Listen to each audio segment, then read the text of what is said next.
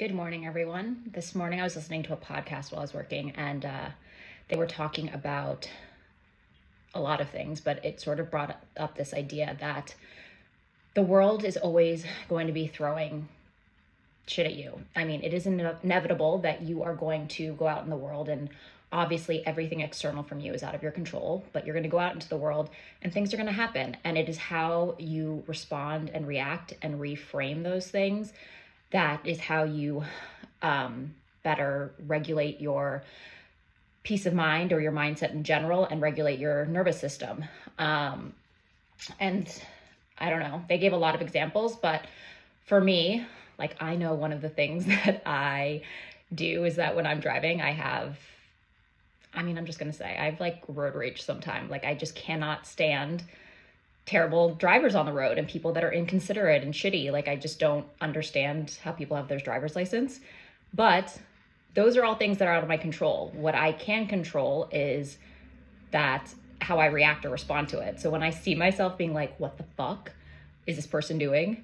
I always like pause and I'm like, all right, you don't know what this person's day is. You don't know what they're going through. You don't know why they're driving like this. You need to take a deep breath and calm the fuck down. And I think it's interesting how a lot of us, and a lot of the times we're sort of making ourselves victims of circumstance. And it is your job, it's your responsibility to not do that. I mean, essentially, I am the one that is reacting and being upset in my car. Why do I want to do that to myself? It's self-inflicted annoyance, anger, all of these things. So I am doing that to myself. I mean, I could just let it the fuck go.